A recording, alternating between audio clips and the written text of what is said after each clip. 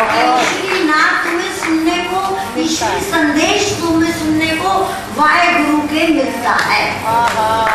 Via कहते हैं ना, वाया उधर से जाइए तो वाया गुरु से मिलता है, सुनाई देता है नाद। तुम लोग सुनते हो, अधिकारी सुन के उसका लाभ उठा लेते हैं, अनधिकारी जो है वो सुन के भी बस कानों से सुनते हैं, उसके बाद अपनी अवस्था में नहीं घोलते और चले जाते हैं। सत्संग करते भी हैं और सत्संग नहीं भी होता। लेकिन अधिकारी जो होता है वो उस धन को, जो इन्हें गाया था, पायो जी मैंने आत्मरतन धन पायो, आत्मरतन धन पायो, उस धन को प्राप्त करके वो रईस बनने की कोशिश करता है कि वो धन संभाल के रखूं, मैं भी पैसे वाला बन जाऊं। आत्मधनी, ना कोई चोर चोरी कर सके, ना कोई छीन सके। भजन गाते हो ना, एक तजूरी बना मन के अंदर, भक्ति धन को छिपा उसके अंदर, चाहे लूट जाए सारा जमाना, भक्ति धन कोई लूट सकता नहीं। अगर सच्चे मन से तुमने सच्ची अपने हृदय रूपी तजूरी में रखा है तो तुम्हारी शांति थोड़ी देर को हिल जाएगी, भंग नहीं। अगर सत्संगी हो, अगर तुम्हारी शांति भंग हो जाती है, तुम्हारी अवस्था छिन्न भिन्न हो जाती है लंबे पीरियड के लिए, तो समझ लो अभी मेरे अंदर आत्मशक्ति नहीं। अधिकारी को हर चीज प्राप्त होती है, ये अहम जो होता है, ये अज्ञान जो होता है, ये सारी चीजें इंसान को अनधिकारी बनाती है। रावण क्या नहीं था, सोचो, जिसको इतने बुरे तरीके से रावण का नाम या उसकी इमेज है, किसी को भी कह दो चल रावण, तो खुश नहीं होगा, कर नहीं होगा, वो तुम्हारे झपकी नहीं पाएगा, करके मुंह फुला लेगा, तो पता नहीं क्यों कह रहा, जलता है, जलता है तो मुझे रावण कह रहा। तो क्या नहीं था, सोने की लंका, सारे देवताओं की विजय प्राप्त करी हुई शक्ति, सारी ज्ञानी क्या, बहुत उसको विद्वान कहते हैं कि जब युद्ध रामायण में समाप्त हुआ है तो श्री राम ने लक्ष्मण को भेजा था उससे ज्ञान सीखने के लिए रावण से। तो सब चीजें थी, इतने पुत्र मिले, लोग एक पुत्र के लिए तरस जाते हैं, वहां तो एक पुत्र मिले। और सबसे अच्छी बात, कितनी सुघड़ पत्नी मंदोदरी, सुघड़, जहां जहां रामायण में प्रसंग आता है हमेशा उसने लायक योग्य बात करी है, हमेशा समझाया कि विनाश मत करो, श्री राम से दुश्मनी मत लो, वो भगवान है, क्यों मेरे को विधवा बना रहे हो। सफा मुंह पे आदमी के गया, औरत तो डर से मारे कह नहीं सकती कि क्यों विधवा बना रहे हो, तो कहेगा मेरा मन ना, तू ही मर जा, क्यों बना रहे हो। लेकिन उनने नहीं मानी, आखिरी में भी कहा कि हाय याद अनाथ की तरह, कभी खोजा, कभी सोचा, कामना आई ना सीता के प्रति, काम के वशीभूत हो गया। काम भी दो तरीके का होता है, एक तो एक इंद्रिय का काम है जिसके वशीभूत इंसान हो जाता है, और एक कामना है, तरह तरह की इच्छाएं भी काम कहलाती हैं, और एक काम वासना वो भी होती है। काम और है, तो जो मैं कह रहा हूँ वो सही है। अहम था ना, बहुत सब कुछ प्राप्त होके भी अधोगति को प्राप्त रहा, सारे विनाश की जड़ रहा, आज तक थू करके नाम लेते हैं। इसलिए एक तो अवगुण भी प्रोमिनेंट हो जाते हैं ना इंसान के अंदर। सुनो, 5 तो होने बहुत मुश्किल है, 1-2 भी हो जाते हैं ना तो उसकी पहचान बन जाती है।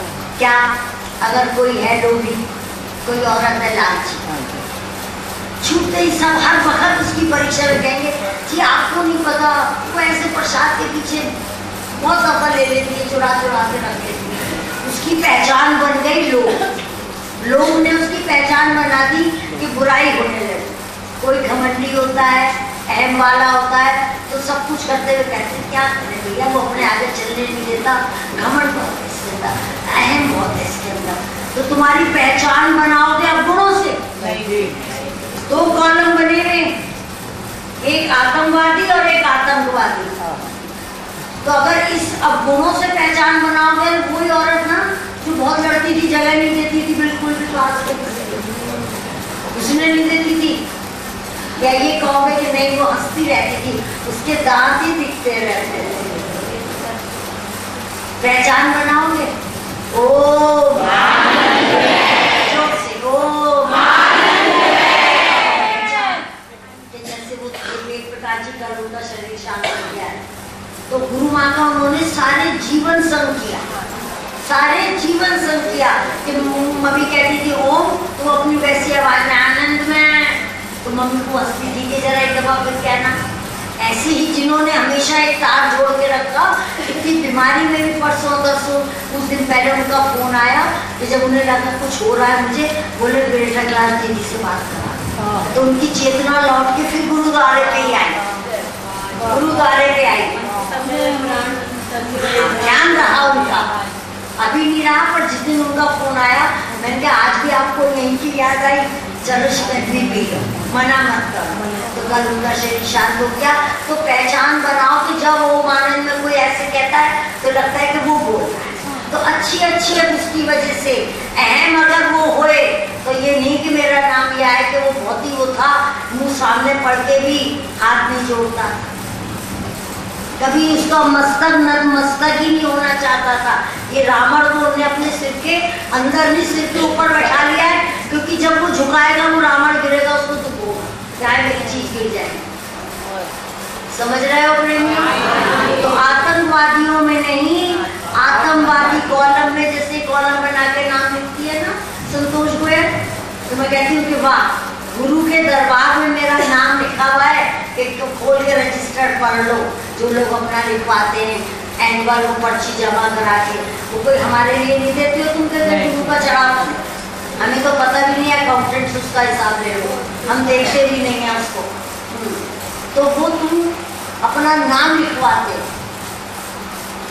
तो एक रावण बना जिसका कि एक अहम ने उसका सारी इमेज खराब कर दी। कि जहाँ कोई पूछेगा अभिमान के लिए नाम बताना जरा किसका था, तुम फौरन एक ही नाम बोलोगे और ढूंढते रह जाओगे, नहीं?